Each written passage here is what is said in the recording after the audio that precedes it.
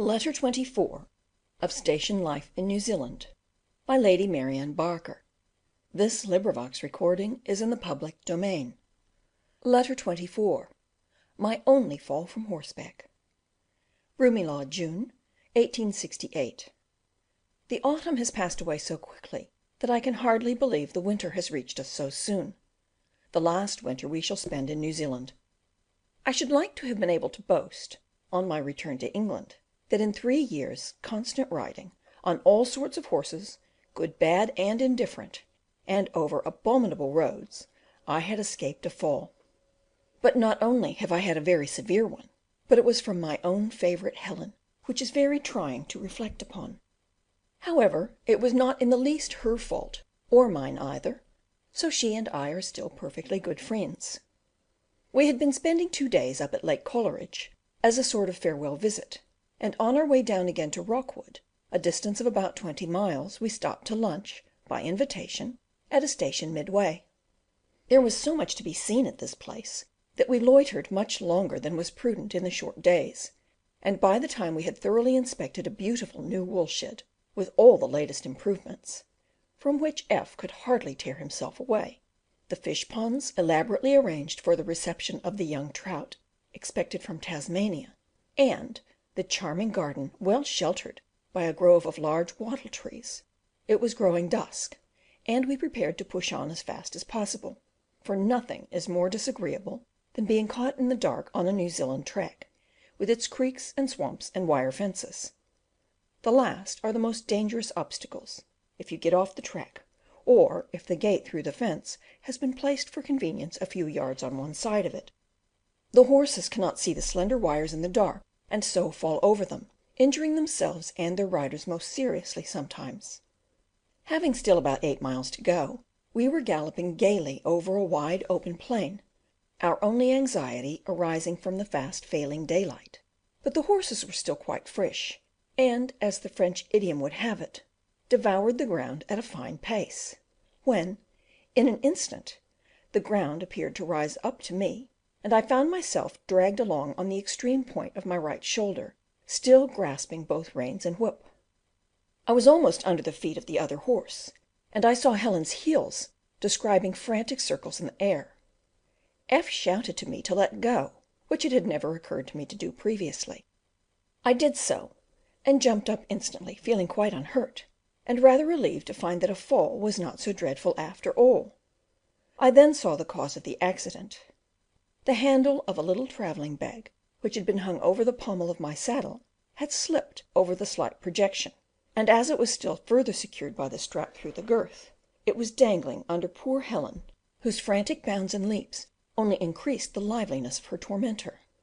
I never saw such bucks and jumps high into the air as she performed, receiving a severe blow from the bag at each. It was impossible to help laughing, though I did not see how it was all to end. She would not allow F to approach her, and was perfectly mad with terror. At last the girths gave way, and the saddle came off, with the bag still fastened to it. The moment she found herself free, she trotted up to me in the most engaging manner, and stood rubbing her nose against my arm, though she was still trembling all over and covered with foam. By this time I had made the discovery that I could not raise my right arm, but still a careful investigation did not tell me it was broken, for it gave me no pain to touch anywhere, except a very little just on the point of the shoulder. F now went to pick up the saddle and the reins. It was difficult to find these latter in the fast gathering darkness, and I held his horse for him. To my horror, I found after standing for a moment or two that I was going to faint. I could not utter a word. I knew that if my fast relaxing fingers let go their hold of the bridle, the horse would set off towards home at a gallop, Helen would assuredly follow him, and we should be left 8 miles from the nearest shelter to find our way to it, with a deep creek to cross.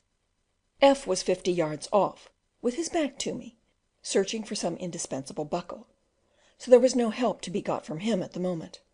I exerted every atom of my remaining strength to slip the bridle over my left arm, which I pressed against my waist. Then I sat down as quietly as I could, not to alarm the horse, bent forward so as to keep my left arm under me, lest the bridle should slip off, and fainted away in great peace and comfort. The cold was becoming so intense that it soon revived me, and F, suspecting something was wrong, came to relieve me of the care of the horse, and contrived to get the girths repaired with the ever ready flax, and the bag secured in a very short time. But when it came to mounting again, that was not so easy. Every time I tried to spring, something jarred horribly in the socket where the arm fits into the shoulder, and the pain was so great that I had to lie down on the ground. It was now nearly 7 o'clock, quite dark, and freezing hard. We were most anxious to get on, and yet what was to be done? I could not mount, apparently, and there was no stone or bank to stand on and get up by for an immense way. At last F put me up by sheer strength.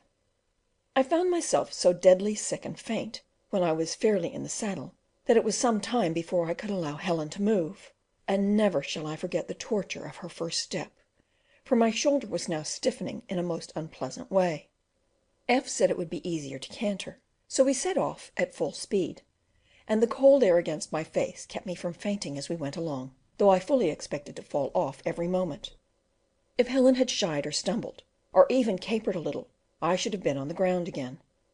In my torture and despair, I proposed to be left behind, and for F to ride on and get help, but he would not hear of this, declaring that I should die of cold before he could get back with a cart, and that it was very doubtful if he should find me again on the vast plain, with nothing to guide him, and in the midnight darkness. Whenever we came to a little creek which we were obliged to jump, Helen's safe arrival on the opposite bank was announced by a loud yell from me, caused by agony hardly to be described. The cold appeared to get into the broken joint, and make it so much worse. At last we reached Rockwood, and never was its friendly shelter more welcome. Everything that could be thought of was done to alleviate my sufferings, but I resembled Punch with his head on one side, for I had a well defined and gigantic lump on my back, and my shoulder was swollen up to my ear. The habit body was unpicked, as it was impossible to get it off any other way. Of course the night was one of great agony, but I thought often, as I paced the room, how much better it was to have a blazing fire to cheer me up, and some delicious tea to put my lips to, when so dispoged, like the immortal Mrs. Gamp, than to be lying on the open plain in a hard frost, wondering when F and his cart would arrive. The next day we returned home, much against our host's wish, and I walked all the way, some 6 miles of mountain road, for I could not bear the idea of riding. F led the horses, and we arrived quite safely.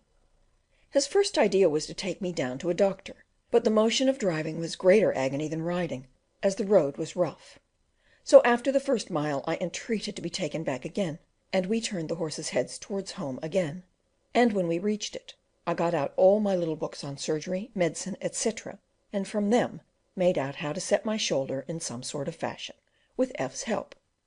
Of course it is still useless to me, but I think it is mending itself, and after a week I could do everything with my left hand, even to writing after a fashion. The only thing I could not do was to arrange my hair, or even to brush it, and though F was willing, he was so exceedingly awkward that at last, after going through great anguish and having it pulled out by handfuls, I got him to cut it off, and it is now cropped like a small boy's. He cuts up my dinner, etc., for me, but it is a very trying process, and I don't wonder at children often leaving the nasty cold mess half eaten. I shall be very glad to be able to use my own knife again. End of letter 24.